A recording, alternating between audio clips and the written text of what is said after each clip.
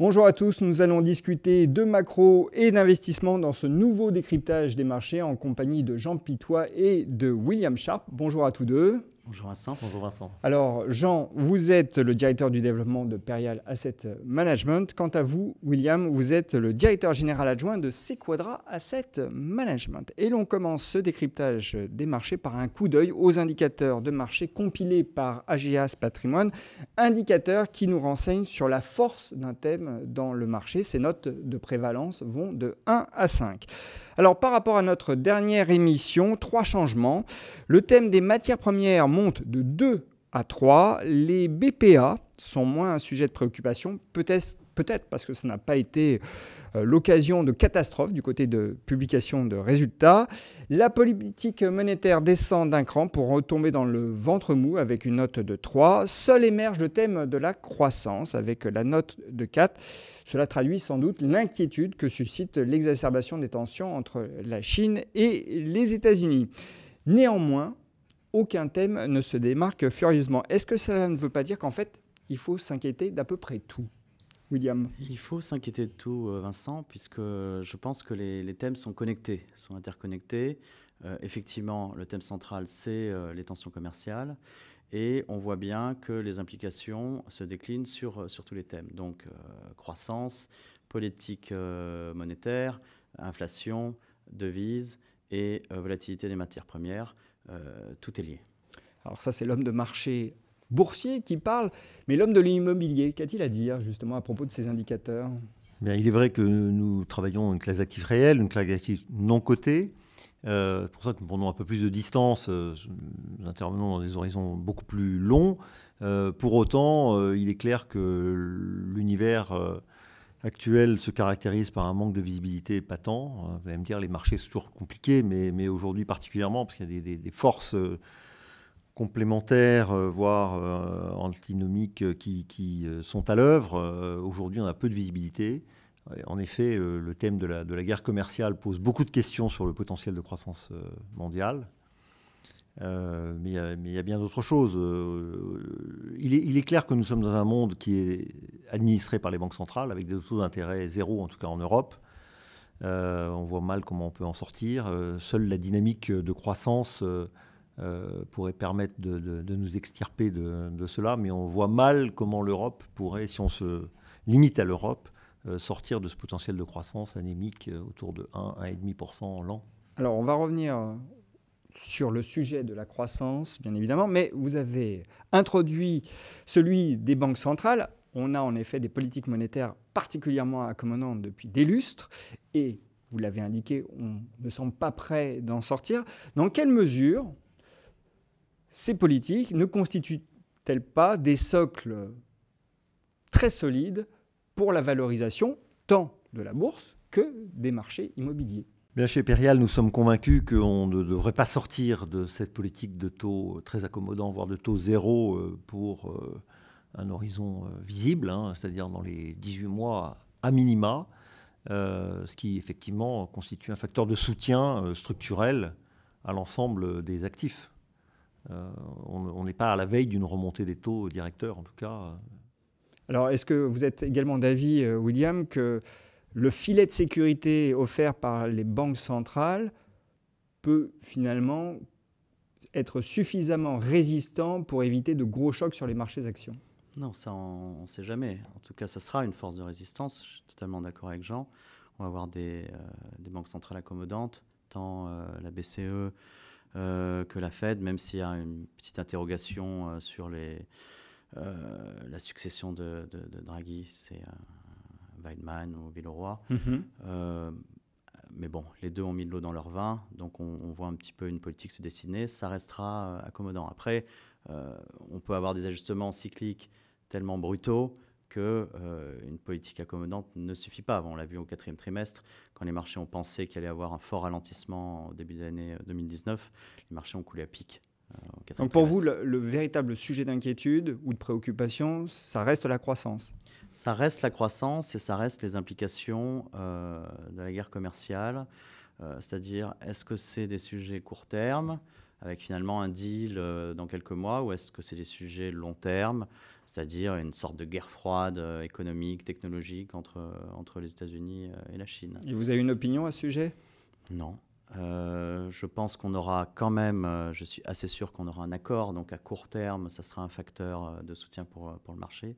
Il y aura un accord entre les États-Unis et la Chine. Probablement la Chine qui est revenue sur ses promesses au mois de mai et qui a provoqué la réaction américaine, probablement aura, va faire évoluer sa position pour arriver à un accord. Maintenant, sur le long terme, il restera des tensions. Pour terminer mon propos, je rappelle en ligne de mire le plan Made in China 2025, MIG-25, propose une indépendance technologique pour la Chine. Et ça pose vraiment un problème géostratégique. Oui. Donc, on n'est pas sorti, en fait, des problèmes entre Chinois et Américains. Mais au-delà de ces tensions entre la Chine et les États-Unis, est-ce que la croissance en elle-même ne montre pas des signes de faiblesse? On a des cours du pétrole qui plongent, hein, c'est un proxy tout de même que tout le monde surveille. Aux États-Unis, on a le Cass Index, l'indice du fret qui diverge très sensiblement avec le PIB. Or, généralement, les deux sont corrélés. Donc là, on a une divergence qui est assez anormale. Est-ce que finalement, à force de se focaliser sur la querelle sino-américaine, on ne se concentre pas sur l'arbre qui cache un peu la forêt? Alors, sur la croissance, on a eu des chiffres qui étaient relativement solides au premier trimestre. On a eu 0,4 sur le premier trimestre en Europe. Aux États-Unis, en annualisé, on a fait du 3,1, 3,2. Le consensus prévoit un ralentissement, mais normalement, on doit avoir des niveaux de croissance relativement solides. Donc, en fait, ce que le marché est en train de jouer, c'est une sortie de ce consensus par le bas. Moi, ce que je pense, c'est que ça concerne principalement, et c'est là où est le risque et les opportunités en même temps, spécifiquement certains secteurs. Voilà, l'automobile, le secteur industriel, le secteur technologique. Alors, ça offre des opportunités quand le marché, anticipe trop et on a des valorisations qui deviennent très, très faibles sur des belles sociétés. Et puis, il y a probablement d'autres secteurs qui vont tirer leur épingle du jeu, étant moins concernés par ces problèmes. Donc, il va falloir être tout de même assez discriminant et faire le tri. Hein. Discriminant, très réactif. Jean, j'ai une question pour vous. Si la croissance déçoit, est-ce que ce n'est pas mauvaise nouvelle, bonne nouvelle pour vous, puisque ça impliquerait que les banques centrales restent encore plus accommodantes ou se montrent davantage accommodantes, ce qui a plutôt tendance à favoriser l'immobilier et les investisseurs, les supports qui s'appuient sur l'immobilier? Alors, certes, oui, il y a une certaine décorrélation entre l'immobilier et les actifs financiers. Certaines décorrélations, elle n'est pas totale. Hein. Pour autant, l'immobilier a besoin de croissance aussi. Hein, parce que nous sommes investis, nos fonds sont investis dans l'immobilier tertiaire, c'est-à-dire l'immobilier de bureaux, de commerce, d'hôtellerie, etc., de résidences gérées. Donc, pas l'immobilier résidentiel. On a besoin de croissance parce qu'il faut des locataires qui occupent nos immeubles, qui sont en général des entreprises, qui payent des loyers. Et quand il y a de la croissance, il y a de la création d'emplois, il y a de la création de richesses, et donc les entreprises se développent, recherchent des locaux, etc.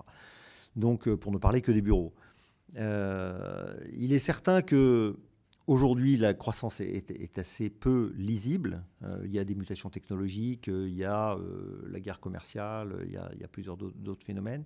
Moi, ce qui me préoccupe plus, à la limite, c'est la capacité aujourd'hui du monde à résister à une nouvelle crise financière. Parce qu'on en parle peu finalement, mais c'est un peu sous-jacent, mais ça a l'air lointain. C'est-à-dire une crise financière, à l'image de ce qui a pu se passer il y a une dizaine d'années. En particulier en Europe, on n'a pas de capacité de réaction sur le plan monétaire, sur le plan budgétaire, très affaibli par rapport à la capacité que nous avions il y a 10 ans. Et donc, comment réagirait l'économie dans son ensemble à un choc sur la dette, un choc sur je ne sais quoi. Et là, ça balayerait tous les actifs. Ça balayerait beaucoup d'actifs, en particulier financiers. L'immobilier serait impacté, mais serait probablement une forme de refuge, mais qui souffrirait également, bien entendu. Alors justement, est-ce que l'immobilier constitue aujourd'hui, alors qu'on a de plus en plus de doutes et d'interrogations en ce qui concerne les marchés actions, une valeur refuge encore? Je le pense fondamentalement dans la mesure où notre classe d'actifs se caractérise par une prime de rendement historiquement jamais vue, en tout cas qui s'installe dans la durée à des niveaux historiques de plus de 2,5% par rapport au taux sans risque que représente le taux des emprunts d'État. Pour les meilleurs actifs financiers, hein, en gros, si vous achetez un immeuble de bureau dans le cœur de Paris ou à Munich ou à Amsterdam, vous avez un rendement de l'ordre de 3%, alors que les emprunts d'État sont inférieurs à 0,50 dans tous ces pays-là, ce qui fait ce 2,50. Cette prime de risque, historiquement, sur les moyennes de long terme, elle se situe plutôt aux alentours de 1,25, 1,50. Donc elle est quasiment le double de son niveau actuel. C'est la raison principale pour laquelle les investisseurs viennent sur la classe d'actifs, c'est pour capter du rendement dans un monde où il n'y en a plus. Alors je sais bien qu'il y a des actions qui présentent des niveaux de dividendes élevés, plus élevés d'ailleurs que les taux obligataires. Alors justement, j'allais faire réagir William. Est-ce que quand vous écoutez Jean, vous vous dites je vais troquer mes actions contre des SCPI? C'est une boutade, bien sûr. Pour ce qui est de la gestion patrimoniale, il y a des impératifs de diversification. Donc c'est vrai que les rendements qu'on peut aller chercher sur les SCPI sont bienvenus. Voilà, même si c'est effectivement quand même lié au cycle de l'économie, du bureau, etc. On ne peut pas se passer, de mon point de vue, des actions. Si vous aviez des arguments aujourd'hui à adresser à des investisseurs qui sont un peu dans le doute. Non, mais l'investissement, c'est quelque chose de long terme. C'est-à-dire, si on est là pour 6 mois, c'est pas la peine. Donc, on doit avoir des perspectives de 5 ans, 10 ans. Et sur ces horizons-là, les actions présentent beaucoup moins de risques. Ils sont indispensables pour procurer du rendement dans une allocation. Je ne vois pas comment on peut faire sans. Effectivement, on a beaucoup de rendement puisqu'on a des rendements de l'ordre de 3-4% en dividendes, simplement, plus la croissance des bénéfices par action. Donc, je rappelle que l'économie mondiale croît toujours à 3%. Donc, on a des sociétés qui ont des croissances de revenus supérieures à 5%. Donc, c'est des dividendes, 3-4% de rendement, mais qui croient également de plus de 5% par an. Donc, ça c'est très intéressant. Et si on rentre un peu plus dans le détail, parce que vous êtes un bon connaisseur du marché action, vous couvrez tous les types de capitalisation. Aujourd'hui, est-ce qu'il y a tout de même des compartiments, et là je parle en type de capitalisation, plutôt à privilégier que d'autres? Je ne serais pas spécialement positif à court terme sur les small caps.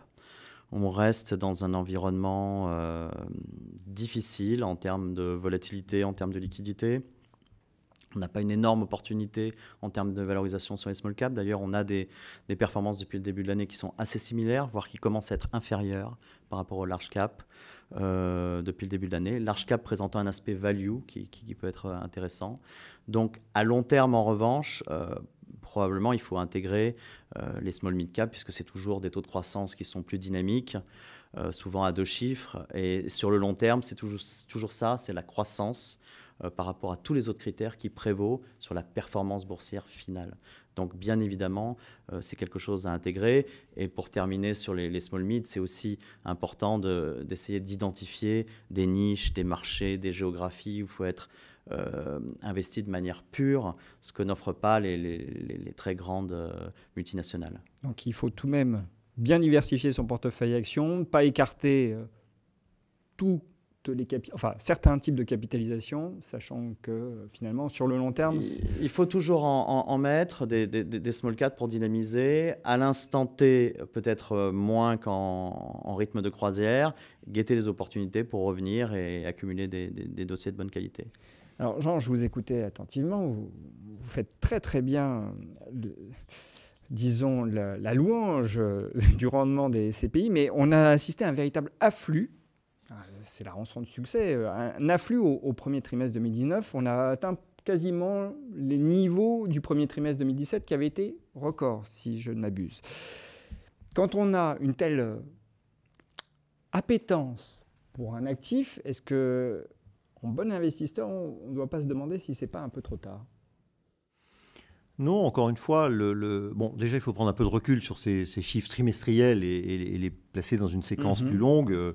L'année 2018 a marqué un recul de la collecte des SCPI lié à plusieurs phénomènes, notamment des éléments fiscaux Et puis des éléments aussi de marché qui ont fait qu'en 2018, les assureurs vie ont mis un peu les freins sur la collecte des unités de compte immobilières.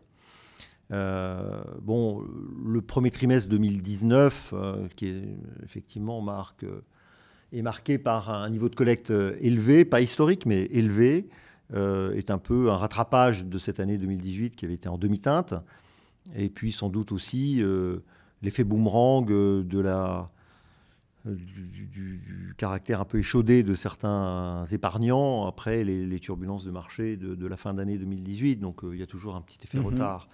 Non, je crois que le marché est capable d'absorber les niveaux de collecte tels qu'ils se définissent aujourd'hui, qui sont un niveau de collecte solide, mais qui est à mettre en perspective avec les collectes qu'on observe sur les marchés classiques, financiers, obligataires, actions, etc., diversifiés, parce que grosso modo, si on fait une collecte de 6-7 milliards par an sur l'immobilier tertiaire, à l'image des SCPI, ça reste très très modeste par rapport aux flux qui caractérisent les flux d'épargne qui vont s'investir dans l'assurance vie ou dans les Mais vous dites qu'aujourd'hui, on est capable d'absorber la collecte. On est capable d'absorber cette collecte. On n'a pas les difficultés d'investissement qu'on a pu avoir en 2016, etc.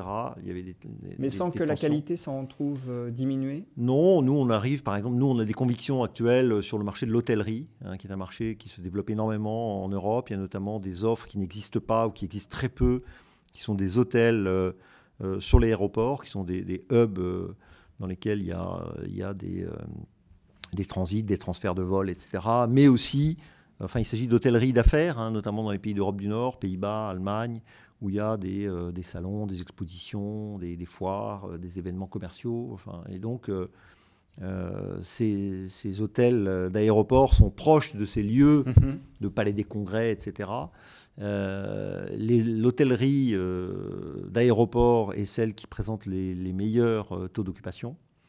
Et il y a une situation de sous-offre dans beaucoup de pays. Et donc on arrive à acquérir des hôtels avec des exploitants de premier plan mondial, avec des taux de rendement à l'acquisition de plus de 5,5%. Et des beaux long termes de l'ordre de 20 ans. Mais quand on s'expose à ce marché de l'hôtellerie, encore une fois, la clé, c'est la croissance. Bien entendu, bien entendu. Il est évident que ce sont des paris sur la croissance. Et c'est des déplacements d'offres, mais il ne faut pas perdre de vue par ailleurs que le marché est fait de plusieurs éléments. Il y a des marchés... Nous investissons par exemple dans 25-30 métropoles en Europe, en zone euro et en France. C'est là que se concentre la création de richesse, la croissance démographique, la croissance économique. C'est là qu'il y a les perspectives d'augmentation des loyers. Et c'est vrai que dans des villes secondaires, en France, en Italie, en Allemagne et ailleurs, il y a plutôt de la destruction d'emplois, il y a plutôt de la baisse de population. Donc là encore, il faut de la discrimination. Il faut énormément discriminer. Et là encore, c'est le terrain de la location d'actifs, des choix, et puis dans une logique de prospective à très long terme. Bon, eh bien, je pense qu'on a bien compris que pour l'un comme pour l'autre, la discrimination est primordiale. Merci à tous deux. Merci Vincent. Merci Vincent.